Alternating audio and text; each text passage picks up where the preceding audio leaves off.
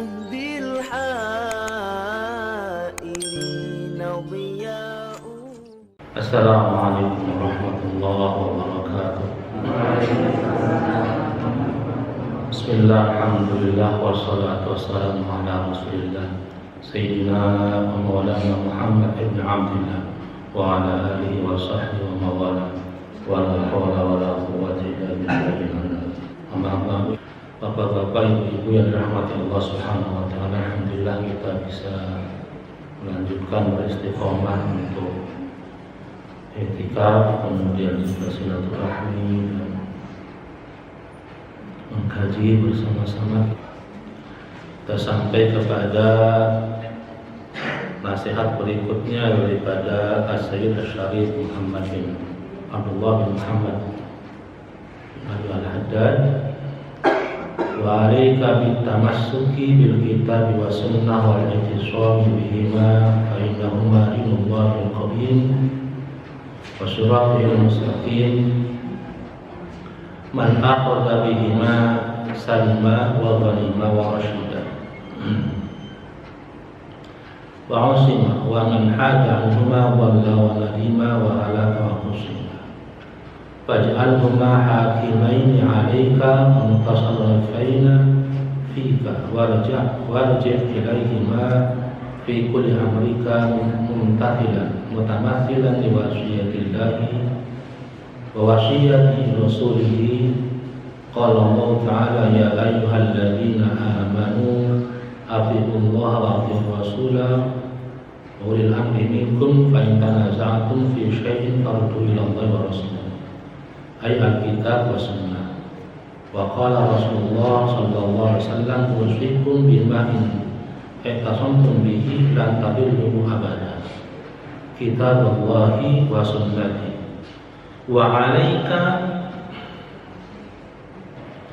dan wajib atas kalian bitamasuki bil kitab wa sunnah, untuk berpegang teguh dengan Al-Quran dan sunnah hadis.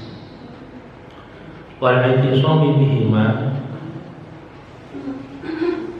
fa innahuma dinullahil qawim, karena sesungguhnya Al-Quran dan sunnah merupakan agama Allah yang lurus, yang kuat, wasiratul mustaqim, dan jalan yang lurus. Man akhadha bihima salima, siapa yang menjadikan keduanya, mengambil keduanya, salima maka akan selamat, wa ghanima maka akan dan beruntung, wa rasyada dan diberi petunjuk, wa usima dan dijaga, wa man hada anhuma dhalla wa nadima wa halaka wa khusima. Dan barang siapa yang bertentangan, melawan anhuma dari Al-Quran dan sunnah, dhalla, dia akan tersesat, wa nadima dan akan menyesal, wa halaka dan akan rusak, hancur, wa khusima dan akan tidak terjaga.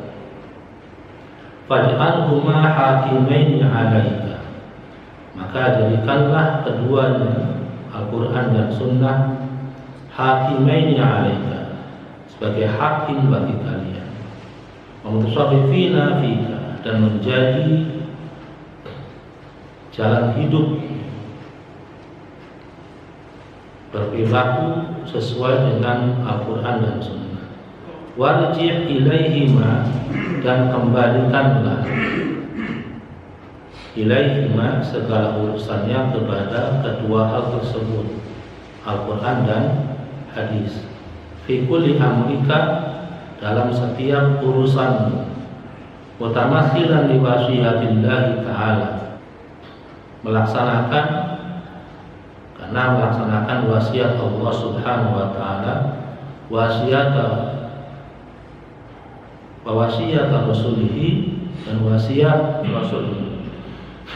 Qala Allah Ta'ala, Allah berfirman, ini wasiatnya, ya ayyuhalladzina amanu athi'ullaha wa athi'ur rasula Ulil amri minkum, wahai orang-orang yang beriman, taatlah kalian kepada Allah dan taatlah kalian kepada Rasul. Ulil amri minkum, dan ulil amri minkum, di antara kalian. Fa in tanaza'tum fi syai'in farudduhu ila Allah wa Rasul. Jika terjadi permasalahan di antara kalian dalam satu hal, farudduhu ila Allah wa Rasul, maka kembalikanlah urusan tersebut kepada Allah dan Rasul, baik kepada Al-Quran dan Sunnah. Wa qala Rasulullah sallallahu alaihi wasallam, dan Rasulullah SAW bersabda, usikum bima in i'tasamtum bihi la tadillu abada, kitaballahi wa sunnati. Usikum, saya wasiatkan kepada kalian semua, bima in i'tasamtum bihi, jika engkau berpegang teguh dengan wasiat saya tadi, la tadillu abada, tidak akan tersesat selamanya. Kitab Allah wa sunnati, yaitu kitab Allah dan sunnah Rasulullah SAW. Fa inna sa'aka an takuna alal huda salikan lil mahajjatil bayda allati la iwaja fiha wa la amta. Karena sesungguhnya perjalanan kamu akan bahagia jika engkau berjalan di atas petunjuk, berjalan di atas cahaya yang terang, la iwaja fiha, yang tidak ada keraguan di dalamnya, wala amta, dan tidak ada samar-samar. Jadi jelas terang benderang jika kita mengikuti Al-Quran dan Sunnah Nabi SAW. Fa'arid jami'an niyatika wa akhlaqika wa amalika wa aqwalika ala kitab wa sunnah. Fa'arid, maka sesuaikan jami'an niyatika, seluruh niat kamu, wa akhlaqika, dan akhlak kamu, wa amalika, dan semua amalan-amalan kamu, wa aqwalika, dan ucapan-ucapan kamu, ala kitab wa sunnah, sesuaikan berdasarkan Al-Quran dan Sunnah. Fakhudh ma wafaqa wa da' ma khalafa. Fakhudh ma wafaqa, maka ambillah amalan-amalan atau ibadah-ibadah atau apa namanya, wa ma wafaqa, yang sesuai dengan Al-Quran dan Sunnah. Wa da' ma khalafa, dan tinggalkanlah yang tidak sesuai, yang bertentangan dengan Al-Quran dan Sunnah. Wa amal ala ihtiyati wa bil ahsani abada, dan berbuatlah, beramallah ala ihtiyat, dengan hati-hati, wa bil ahsan abada, dan ikutilah kebaikan selamanya. Wala tabtadi' fid din, dan jangan mengada-ada, membuat hal yang baru. Wala tabtadi' fid din, jangan mengada-ada dalam beragama. Wala tattabi' ghayra sabil mu'minin, dan jangan ikuti jalan selain jalannya orang yang beriman.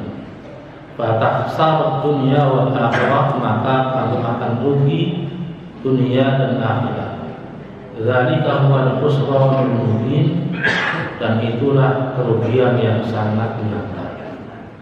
Kemudian dalam wasiatnya dalam pasal ini, setelah dari awal Al-Habib As-Sayyid menguraikan tentang kita untuk memperbaiki niat, kemudian lanjutkan dengan amalan-amalan, wiridan-wiridan yang banyak, baik itu dari Al-Quran, kemudian istiqomah membaca surat-surat Al-Quran yang tertentu yang ada waktunya, ditambah dengan apa namanya zikir Al-Quran, ditambah dengan zikir sholawat, kemudian mendawamkan sholat-sholat sunnah, kemudian zikir dengan bertafakkur. Kemudian di sini diwasiatkan supaya kita berpegang teguh terhadap Al-Quran dan Sunnah, menjadikannya sebagai hakim, sebagai alat ukur segala tindakan dan perbuatan kita. Ini ada enggak amalan kita, tindakan kita ini sesuai tidak dengan Al-Quran dan Sunnah? Kalau tidak sesuai maka tinggalkan, kalau sesuai maka laksanakan. Wa khudh ma wafaqa, ambillah apa yang sesuai dengan Al-Quran dan hadis. Wadah ma khalafa, dan tinggalkan yang bertentangan. Dan berbuatlah, beramallah dengan penuh kehati-hatian, dan jangan mengada-ada dalam urusan agama, dalam sholat, dalam zikir. Maka kenapa ada urutan seperti ini? Supaya tidak melenceng dari apa yang diajarkan oleh Rasulullah SAW. Karena hukum asal dalam ibadah semuanya terlarang kecuali ada perintah, ada dalil, nas dan Al-Quran dan Sunnah yang menjelaskan hal tersebut. Kalau tidak ada maka gak boleh. Maka di sini ada namanya pencegahan. Wala taqtadi, jangan mengada-ada dalam urusan agama, karena bahaya sekali. Wa iyyaka wa muhdatsatil umur, dan sekali-kali kamu jangan mengada-ada perkara-perkara yang baru. Wa mukhtalafatil ara', dan berbeda pendapat dengan pendapat para ulama. Faqad qala alaihi salatu wassalam, sungguh telah bersabda Rasulullah sallallahu alaihi wasallam, kullu muhdatsatin bid'ah wa kullu bid'atin dhalalah. Rasulullah SAW bersabda, setiap hal yang baru itu adalah bid'ah, wa kullu bid'atin dhalalah, dan setiap yang bid'ah adalah sesat. Ini jelaskan Rasulullah, setiap hal yang baru dalam agama, bukan dalam hal keduniaan. Setiap hal yang baru dalam urusan agama itu namanya bid'ah, dan setiap bid'ah itu sesat. Nanti ada penjelasan yang lainnya. Wa qala alaihi salam, kemudian hadis yang tadi diberi batasan lagi, itu masih umum. Wa kullu bid'atin dhalalah dibatasi lagi sama Rasulullah SAW. Sabda berikutnya adalah man ahdatsa fi amrina hadza ma laysa minhu fa huwa 'alaihi raddun. Kata Rasulullah, man ahdatsa fi amrina, barang siapa yang membuat hal yang baru fi amrina, dalam urusan agama kami, ma laysa minhu, yang tidak ada dasarnya, yang bukan termasuk di dalam agama, yang tidak ada dalilnya, bahwa maka itu ditolak. Jadi setiap hal yang baru dalam agama, kata Rasulullah, bid'ah. Setiap bid'ah itu sesat. Kemudian sabda berikutnya, kata Rasulullah bersabda, man ahdatsa fi amrina hadza, siapa yang membuat hal-hal yang baru dalam urusan agama saya, ma laysa minhu, yang tidak ada di dalam, tidak ada dasarnya, bahwa radun, maka itu ditolak. Wal bid'ah salatu, Sayyid Syarif Abdullah bin Muhammad bin Al-Haddad mengatakan bid'ah itu ada 3. Yang pertama bid'atun hasanah, yang pertama adalah bid'ah yang baik. Wahia, yaitu mara'ahu a'immatul huda mimma yuwafiqul kitab wa sunnah min haitsu kitab al-aslah wal anfa' wal ahsan. Yaitu bid'ah hasanah adalah mar'ahu a'immatul huda, pendapat-pendapat para ulama-ulama yang diberi petunjuk, mimma yuwafiqul kitab wa sunnah, yang sesuai selaras dengan Al-Quran dan Sunnah, min haitsu ithar al-aslah, yang memiliki dampak yang positif, memiliki dampak yang baik, wal anfa', dan memiliki manfaat dan kebaikan. Wadhalika, dan itu contohnya adalah tajamil Qur'an fi mushafi Abi Bakr. Bid'ah yang hasanah yang pertama contohnya adalah seperti mengumpulkan Quran dalam satu mushaf pada masa Khalifah Abu Bakar As-Siddiq. Itu termasuk daripada bid'ah, karena pada zaman Rasulullah tidak ada perintah atau contoh mengumpulkan Al-Quran. Kemudian pada masa Khalifah Abu Bakar, atas usul Sayyidina Umar bin Khattab untuk mengumpulkan Al-Quran dalam satu mushaf. Sebabnya adalah ketika pada masa Khalifah Abu Bakar terjadi beberapa peperangan yang menewaskan para penghafal Al-Quran. Maka ditakutkan kalau para hufal, para penghafal Al-Quran pada meninggal, ditakutkan akan hilang.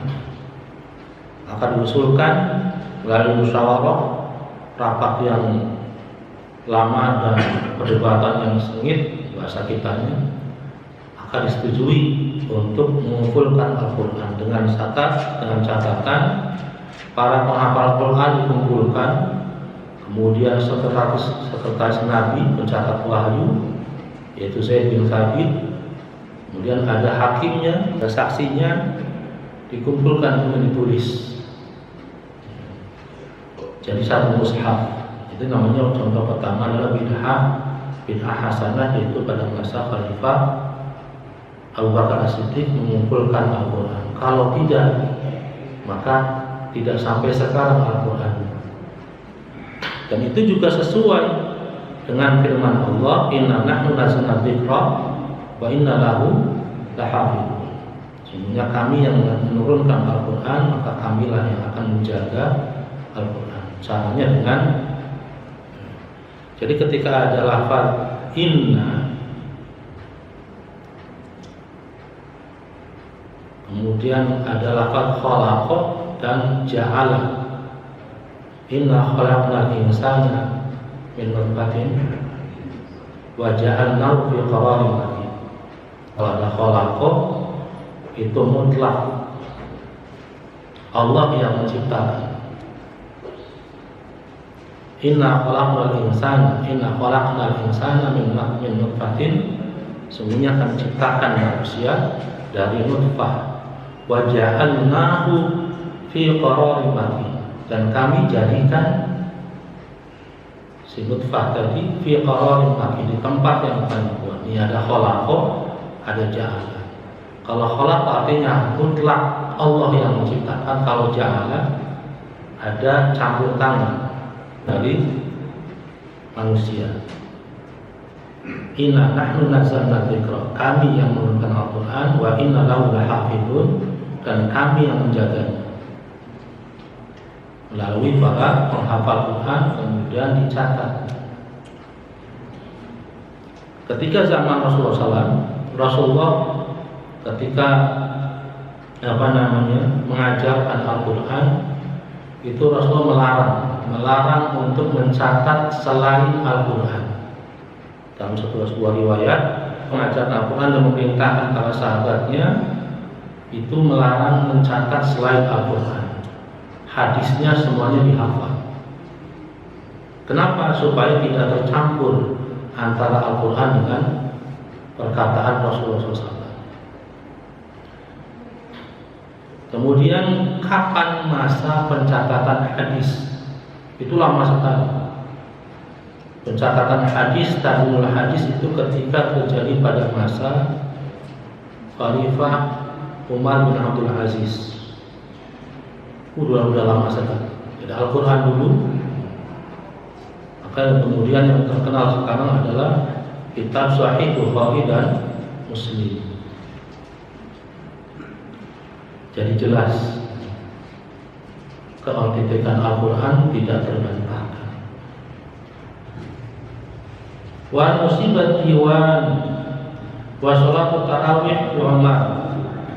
Bid'ah hasanah yang kedua adalah sholat sunnah tarawih berjamaah, terjadi pada masa Khalifah Umar bin Khattab. Jadi ketika zaman Rasulullah SAW, ketika sholat tarawih, itu sholatnya masing-masing. Rasulullah sholat sendiri 11 rakaat, para sahabat sendiri-sendiri. Kemudian pada masa Khalifah Umar bin Khattab, kayaknya indah, kayaknya enak kalau sholatnya berjamaah, dipimpin oleh satu imam sampai selesai. Kemudian dianjurkan oleh Khalifah Umar bin Khattab supaya masjid-masjid diberi penerangan yang terang. Hingga akhirnya beliau berkata, ni'matul bid'ah hadza, sebaik-baik bid'ah itu ini, sholat tarawih yang berjamaah. Wa tartibil mushaf wal adzan awal yaumul jumu'ah di Utsman. Kemudian bid'ah hasanah yang berikutnya adalah menertibkan mushaf Al-Quran dan adzan awal ketika sholat Jumat. Jadi adzan kita sholat Jumat 2 kali itu merupakan bid'ah hasanah yang dicetuskan oleh Khalifah Utsman bin Affan. Yang kedua adalah menertibkan mushaf. Maksudnya bagaimana? Ketika masa Khalifah Utsman bin Affan itu masing-masing suku, masing-masing wilayah, masing-masing daerah punya mushaf sendiri, punya mushaf Al-Quran sesuai dialeknya masing-masing. Mushafnya ditertibkan, semuanya dikumpulkan, sehingga yang terkenal itu ada qiraah sab'ah. Ada cara baca Al-Quran itu ada imam 7, qiraah sab'ah. Jadi jangan heran nanti kalau ada orang baca sholat al-duha, wadduha wal-laili idza saja, itu ada qiraahnya sendiri. Maka yang diakui di sini ada qiraah sab'ah. Itu terjadi ketika masa Khalifah Utsman bin Affan. Dikumpulkan semua mushafnya, dibakar, kemudian jadi satu yang sekarang dengan mushaf Utsman. Adapun qiraah sab'ahnya berkembang. Kalau kita ikuti Imam Asim bin Hafiz, itu bid'ah hasanah ketika masa Khalifah Utsman bin Affan. Yang kedua adalah azan 2 kali ketika sholat Jumat, itu terjadi ketika masa Khalifah Utsman bin Affan. Karena saking luasnya, saking banyaknya orang Islam yang sudah menyebar, maka ketika sholat Jumat, dalam hadis dijelaskan oleh Rasulullah, kalau datangnya lebih awal maka baginya pahalanya seperti sebesar unta. Kalau hadirnya ketika khatib sudah duduk di mimbar, maka hanya sebesar telur ayam. Maka bagaimana kalau ketika khatib sudah mulai berkhutbah, dapat apa Cah? Maka tradisi dibuat sama Utsman bin Affan, azan awal, azan pertama, fungsinya untuk mengingatkan sholat Jumat akan dilaksanakan segera. Di Indonesia jam 11 sudah dinyalakan itu kawahnya, speakernya nggak ngaji. Biasa gitu ya, nyalain. Fungsinya supaya udah jam 11 nih, segera pulang, mandi, datang segera. Jadi dibuat para ulama tradisinya di Indonesia gitu. Jam 11 sudah dibunyikan dulu nggak ada toa, sama marbotnya dibunyikan. supaya mengabari para umat Islam segera yang di sawah segera pulang. Kemudian dilanjutkan. Nah inilah bukan hal-hal yang namanya bertentangan dengan hadis Al-Quran. Jangan dikit-dikit bilangnya bid'ah. Ya bid'ah karena kita pemahaman bid'ahnya beda, jadi nggak bakal ketemu. Satu mengatakan bid'ahnya semuanya sesat. Ternyata di sini penjelasannya yang namanya bid'ah yang sesat itu yang tidak ada dasarnya dan tidak sesuai dengan Al-Quran dan Sunnah. Beduk juga bid'ah, namanya bid'ah hasanah. Karena zaman dulu nggak ada toa. Untuk mengingatkan umat Islam dipukul beduk jam 11.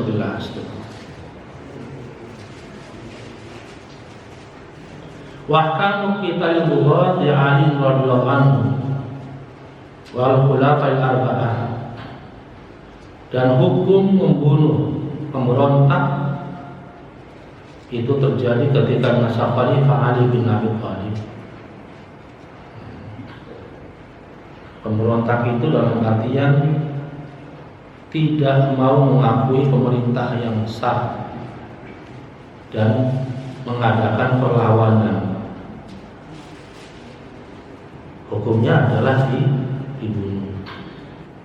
Itu terjadi ketika masa Khalifah Ali bin Abi Thalib. Itu adalah bid'ah yang hasanah. Contoh Maulid Nabi dikatakan golongan yang lain bid'ah. Itu bid'ah, tidak ada zaman Nabi. Padahal hadisnya, apa hadisnya? Hadisnya itu ketika Rasulullah ditanya, saya puasa Senin dan Kamis. Kamis itu kata Rasulullah, kenapa saya puasa Kamis? Karena pada hari Kamis amalan seorang hamba diangkat oleh malaikat, disetorkan ke Allah. Maka saya ingin ketika disetorkan saya lagi puasa. Adapun Senin saya puasa karena saya lahir pada hari Senin, maka saya puasa. Kalau dipaparkan berarti karena Rasulullah lahir hari Senin, kalau bahasa Jawanya itu weton, puasa weton. Kalau dilihat dari situ, maka puasa weton itu sunnah. Kok sunnah? Karena Nabi Muhammad berpuasa pada hari Senin karena lahirnya hari Senin. Kemudian manfaatnya banyak dengan adanya Maulid. Majlis-majlis zikir, ada majlis zikir sholawat, ada majlis ini berzikir jamaah. Lah kata Rasulullah, sabda Rasulullah, ketika kalian berjalan kemudian melihat taman surga, fartahu, maka berhenti ikut gabung. Wa tsaniyatu bid'atun madmumah ala lisan zuhri wal qanaah faqat. Yang kedua adalah bid'ah yang tercela yang menurut pendapat para ulama yang zuhud dan orang ulama yang qanaah saja, seperti tawasih fil malabis, bermegah-megah dalam berpakaian. Bermegah-megah dalam pakaian itu harganya orang biasa bukan 100.000, dia jutaan. Wal ma'akil, dan makanan-makanan. Ini bid'ah yang tercela. Kemudian wal masakin al mubahah, dan rumah-rumah yang memang yang dibolehkan oleh Allah, yang sifatnya mubah. Rumah dimegah-megahi, bajunya baju yang bagus-bagus, makanan yang luar biasa. Mari kita akhiri dengan baca doa majlis. Subhanakallahumma bihamdika asyhadu an la ilaha illa anta astaghfiruka wa atubu ilaik. Assalamualaikum warahmatullahi wabarakatuh.